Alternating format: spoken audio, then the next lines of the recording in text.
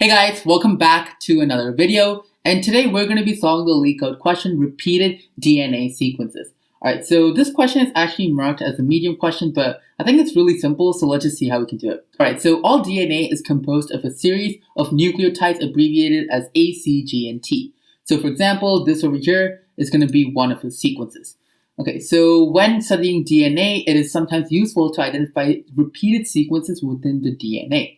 Write a function to find all 10-letter long sequences that occur more than once in a DNA molecule. Alright, so they have to be 10 letters long. Alright, so the question is pretty simple, and let's just see how we can do it with the help of this example over here.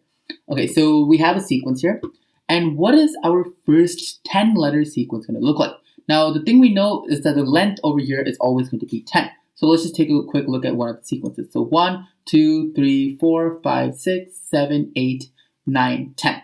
Alright, so that over there is one of our sequences. So in order to solve this question, what we're going to do is we're going to take the sequence here, we're going to store it in a dictionary, and that's going to be our key, and its value is going to start off with 1. And basically what we're doing is we're going to be iterating through our sequence over here, and each time we find a unique or a existing 10-letter sequence, we're going to add that to our dictionary. And if that sequence is already existing, then in that case, what we're going to do is we're going to increase its count by 1. Alright, so that over here is one of our sequences. Now, what is the second sequence going to look like? So now we go to the next value, which over here starts over here, and we're going to look at the next 10 letters for it. So the next 10 letters are going to be this over here. Then we go to this over here, and we find its next 10 letters. Sorry if I highlighted that wrong. Alright, but hopefully you get my point, and that's all we're doing. It's pretty simple, and we're going to have a count of how many times the sequence appears, and if the sequence appears more than 1 time, so if it appears a minimum of 2 times, then we're going to have that inside of our output over here. Okay, and one more thing that we want to notice is that the beginning pointer is only going to go up to the ending but 10. So because the reason for that is because the sequence has to be 10 letters long. So we are 1, 2, 3, 4, 5, 6, 7, 8, 9, 10. So that over there is the last possible sequence, which has a length of 10. Now let's say we go to the next letter, which is this over here. Then in that case, we only have a length of 9, which is not what we're looking for. Alright, so hopefully that makes sense, and let's just go to the code part. It should be pretty simple to do. Okay, so over here, we're going to start off by having our dictionary. I'll just call it D, and it's going to be an empty dictionary. So I'll be using the inbuilt dictionary for Python, but you could use the dictionary which comes from collections. And if you don't know what the difference is, I'll just show you real quickly. Okay, so this over here is our dictionary, and now we're going to iterate through everything instead of a string.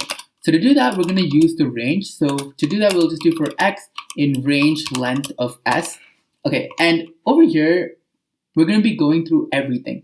So what this x represents is going to represent the index of the first value of a particular 10-digit long sequence. So in this case, in order to not get anything which is less than 10 digits, we're only going to go up to the length of s minus 9. And the reason we're doing minus 9 and not minus 10 is because we start counting length at 1, but we start indexing at the value 0. So that's why we're going to subtract that by 9. Okay, so we have this over here. So now that we have this inside of our for loop, we're going to check if that certain sequence already exists. So if, what is the sequence going to be? So we're going to go to s, and we're going to go to the starting index, which in this case is x. And we're going to go all the way up to x plus 10, since we want everything, the next 10 values. So this over here is going to be our sequence, and we're going to check if this is not inside of our dictionary. Alright, so if this is not inside of our dictionary, what that means is that we need to create an instance of it. So to do that, I'm just going to copy this, and that over there is going to be our key. So let's make that our key, and we're going to equate that to 0. And now after this, no matter what, we're going to have one of an instance of it inside of our dictionary. So now that we have this, we're going to go to that certain value, and we're going to increase it by 1 to say that we found an extra count of it. Okay, and so if you were using the dictionary from collections, you could do all of this in just one line. So we don't need to check if a key does not exist. And if a key does not exist when you're using collections dictionary, it'll directly be given a value of 0, but that's not true when you're using the inbuilt standard dictionary. And that really should be it. So now we want to return our values. So over here, the question is, what values do we actually return? So let's just do key.